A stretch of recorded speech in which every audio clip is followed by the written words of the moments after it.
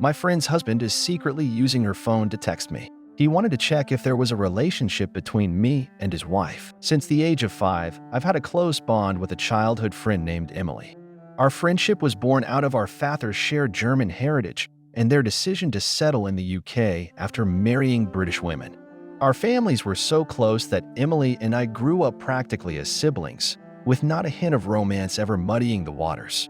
Despite the skepticism of some, it's not far-fetched for me to consider Emily as a fourth sister, given that I already have 3.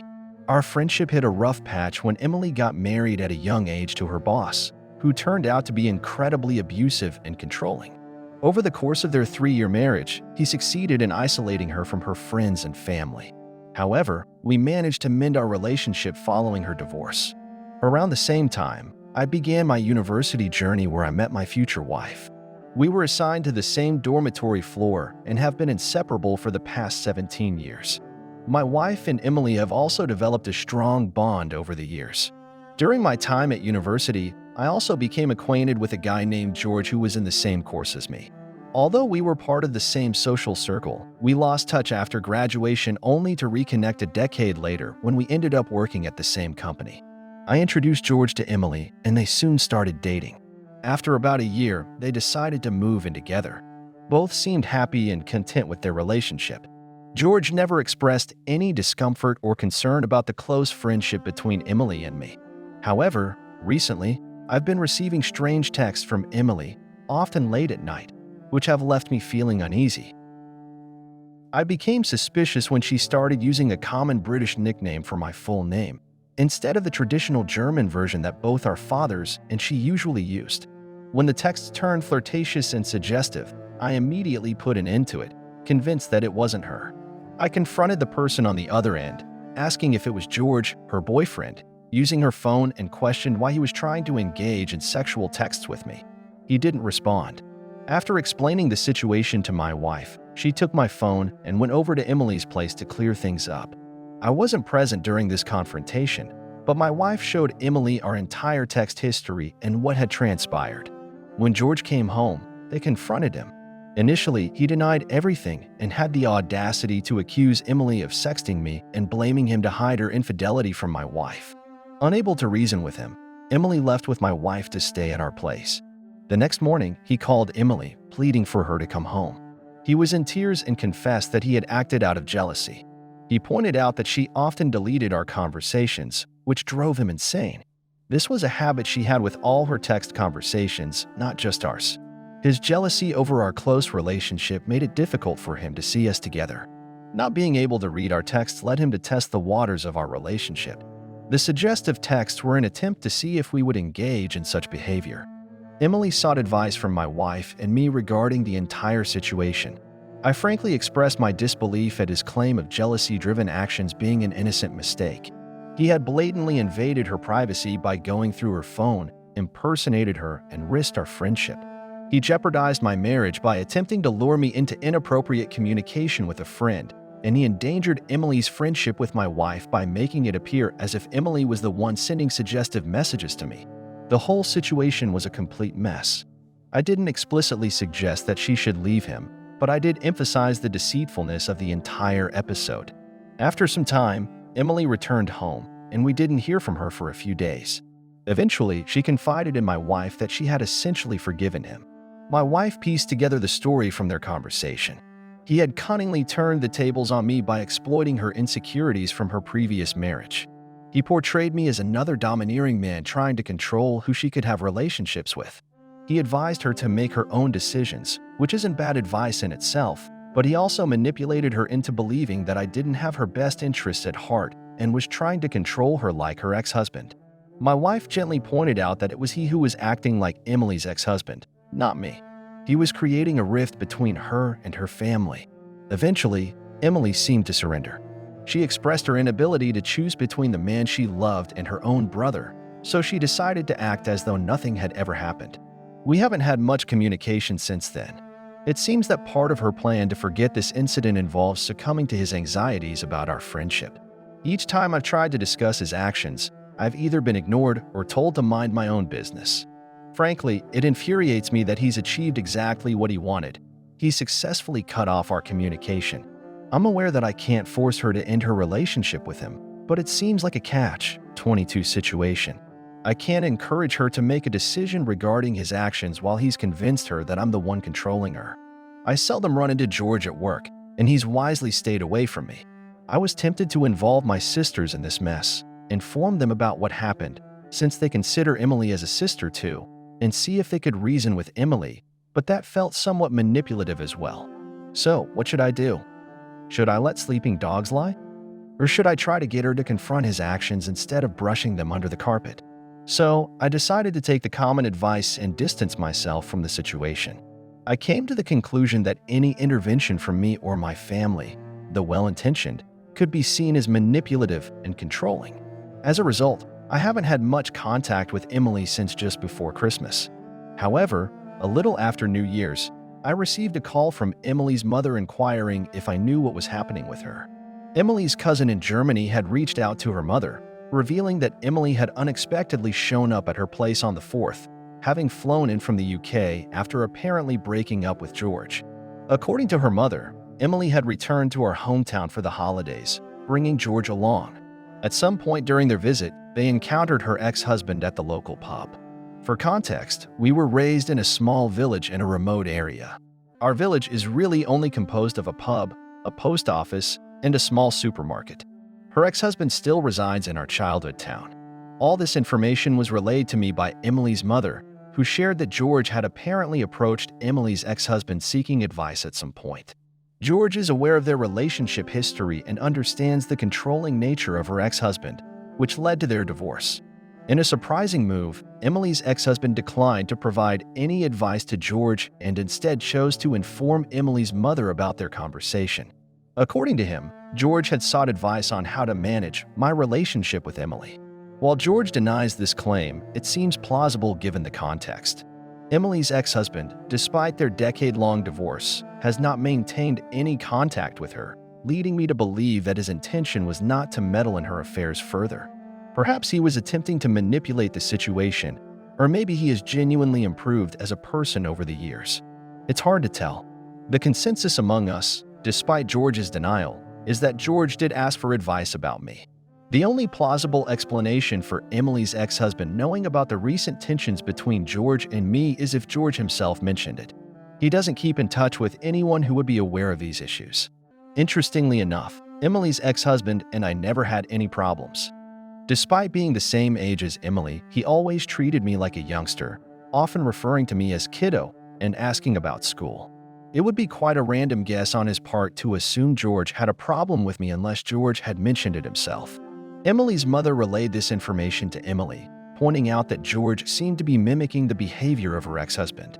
She urged Emily to confront George about this and the events of the past month rather than avoiding the issue. The details of their conversation remain unknown, but following their discussion, George returned to their shared home alone while Emily decided to stay with her mother, indicating that they had broken up. Without any prior notice, Emily left her mother's house the next day and flew to Germany. She is currently staying with a cousin there, who assures us that Emily is doing relatively okay. She's just feeling overwhelmed and embarrassed that she's found herself in a similar situation again.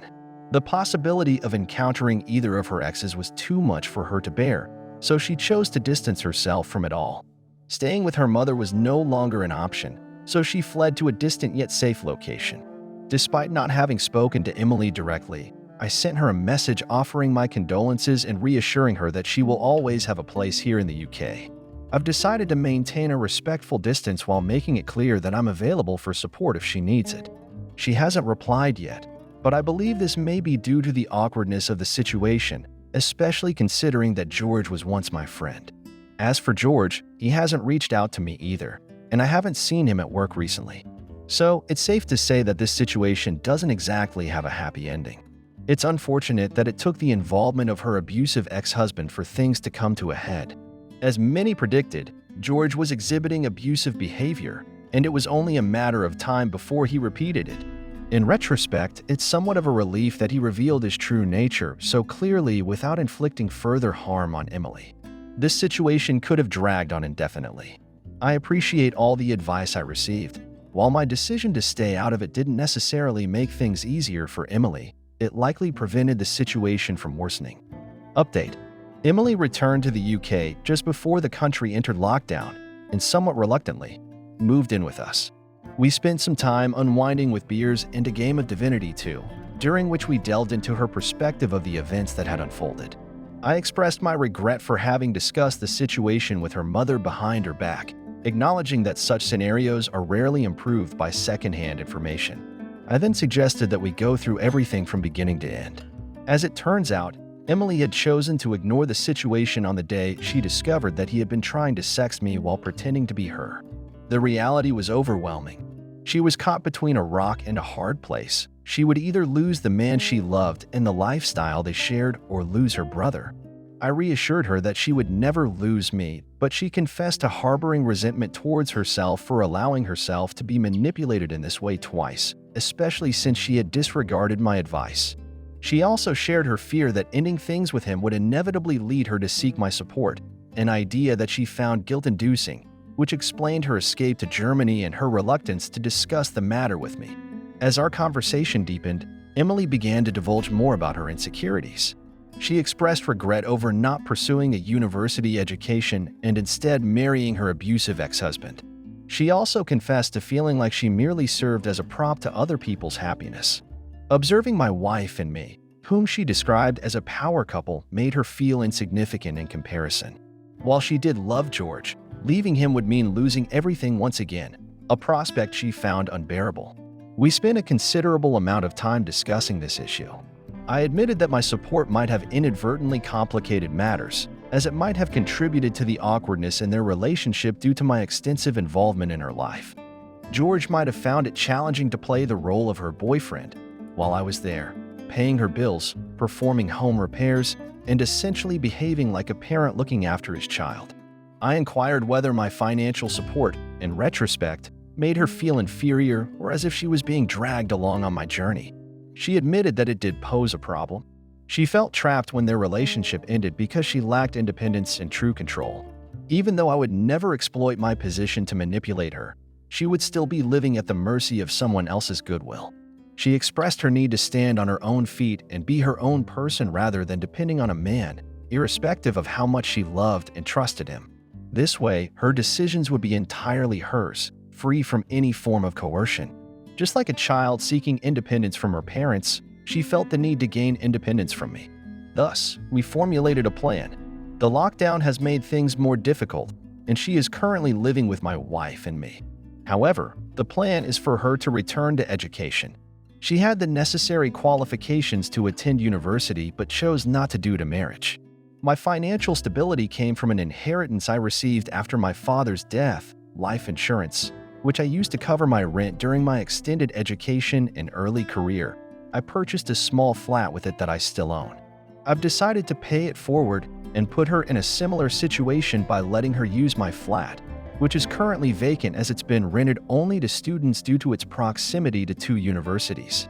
Although this is another form of financial support, it is strictly limited. No more covering unexpected bills, paying for vacations, or picking up the tab when we socialize. She won't pay rent, but will cover all bills on the flat and move out as soon as she finds a job. She wasn't thrilled about the idea of me owning her home, but I referred to it as my final act as that guy in her life, the pseudo-brother/father/sugar daddy/best friend. After this transition, we'll simply be independent siblings/best friends. She is planning to move out soon, as we will need her room for our upcoming child since my wife is now 5 months pregnant. It appears she has been pregnant since late December, coinciding with the onset of this entire situation. As for George, he adamantly denies ever soliciting the ex-husband to deal with me. He insists that his plea was aimed at understanding how to be okay with me, not how to manage me. He was seeking guidance on how to accept my presence in Emily's life just like her ex-husband did. Whether this is true or not remains uncertain, but ultimately, it's irrelevant. Interestingly, we recently discovered that George has moved a girlfriend into the house he once shared with Emily. The twist is that this girlfriend is a long-standing friend of his. Emily is confident that he never cheated on her, but she couldn't help but laugh when she learned that he's romantically cohabitating with a longtime friend just 3 months after their breakup. It seems likely that George's insecurity stemmed from his own burgeoning feelings for a friend. Edit. I would like to clear up some misconceptions that may have arisen from my previous statements. I do not cover all of Emily's expenses, including her personal items and vacations. Her desire for independence is not solely from me, but rather a complete independence from relying on others financially. Emily transitioned from being supported by her parents to her ex-husband, and then spent approximately a decade living paycheck to paycheck before meeting George, who largely supported her financially. Emily lacks formal qualifications, and her current job offers limited opportunities for advancement. The support I provide for Emily falls into two categories, and any confusion between these one-time and consistent supports may have given the impression that I am funding her entire lifestyle. Firstly, there are minor, regular things that I do for her that I plan to stop due to an overreaction to George.